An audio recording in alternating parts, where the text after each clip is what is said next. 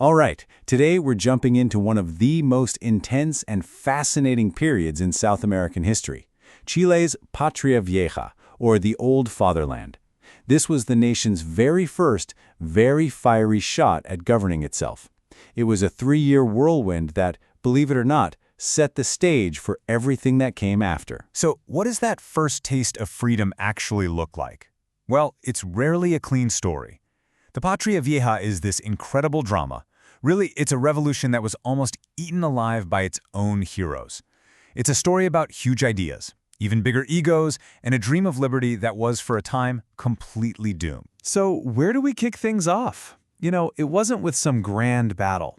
It started with a feeling, with suspicion, that just quickly boiled over into something much, much bigger. Things just blew up in 1810. In May, the Spanish governor got paranoid. He saw what was happening over in Buenos Aires and threw 3 of Chile's most respected citizens in jail.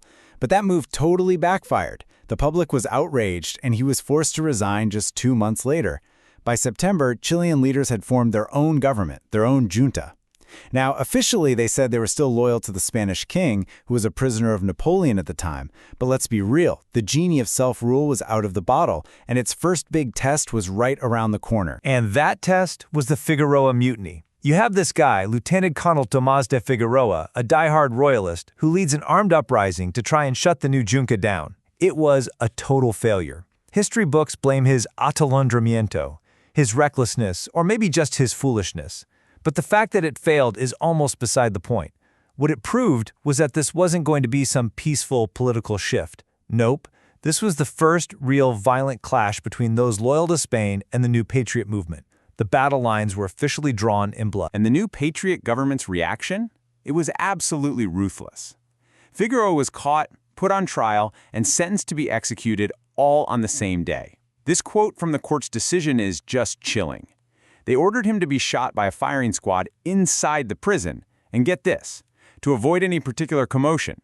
They were sending a crystal-clear message to everyone. If you defy us, we will crush you. The stakes were life and death, right from the very beginning. Okay, so with the royalists put down for a moment, the revolution shifts gears. It gets way more radical. And it's all thanks to the arrival of one of the most charismatic and honestly controversial figures in Chilean history, José Miguel Carrera. Carrera was young, he was ambitious, and he had absolutely zero patience for the junta's game of pretending to be loyal to Spain. In late 1811, he basically hijacks the entire revolution.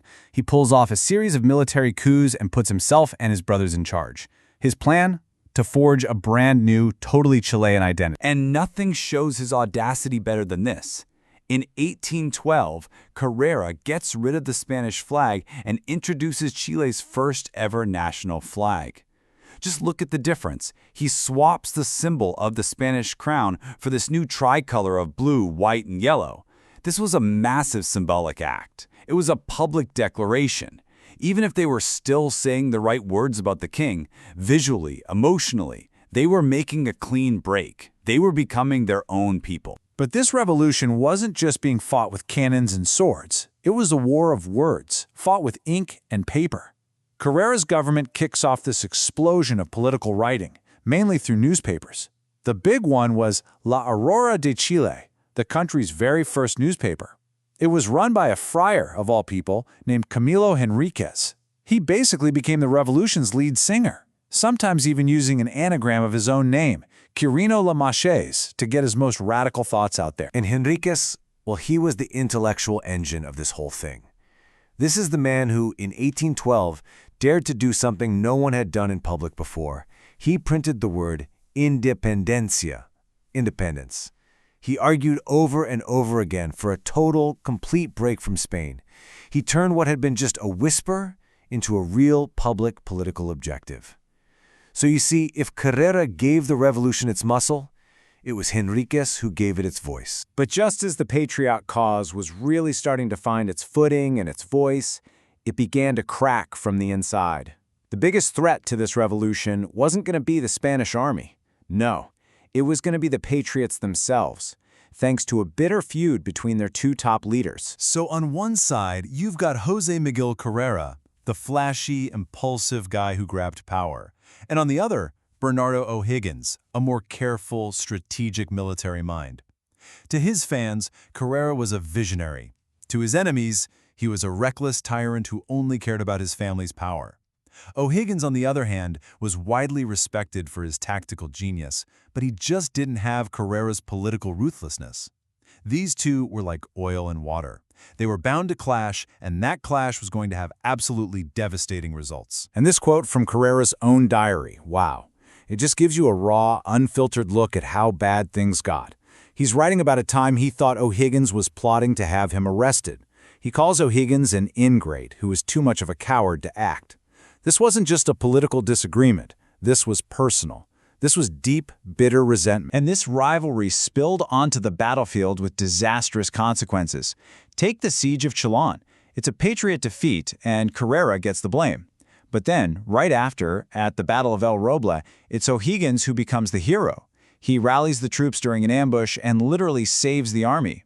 The infighting just led to one defeat after another. Eventually, the government in Santiago had enough. They blamed Carrera for all the military failures, stripped him of his command, and made O'Higgins the new commander-in-chief. For Carrera, this was the ultimate insult, and it basically set the stage for a civil war between patriots at the exact same time the Spanish were sailing in to reconquer everything. It's so important to remember, though, that while the generals were busy feuding, other people, thinkers like Manuel de Salas, were actually trying to build a nation. He was focused on progress, on education, proposing schools for things like geometry and drawing.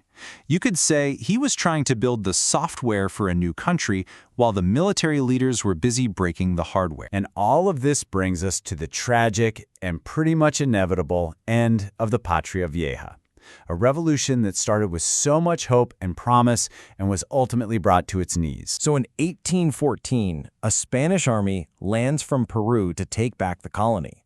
But the Patriot army, they found, was completely exhausted and fractured. The power struggle between Carrera and O'Higgins had left them fatally weak. So the revolution didn't just lose to Spain, it buckled under the weight of its own internal fighting. And that's the key takeaway here. The greatest enemy of the Patria Vieja was itself. So what are we to make of all this? The Patria Vieja was crushed in battle, sure, but was it a total failure? I mean, think about it. It created Chile's first flag, its first constitution, its first newspaper. Most importantly, it planted the idea of independencia deep in the public mind. So maybe this chaotic, messy, self-destructive first chapter wasn't an ending at all. Maybe it was a painful but necessary lesson that made Chile's real freedom, which was won just a few years later, not just possible, but completely inevitable.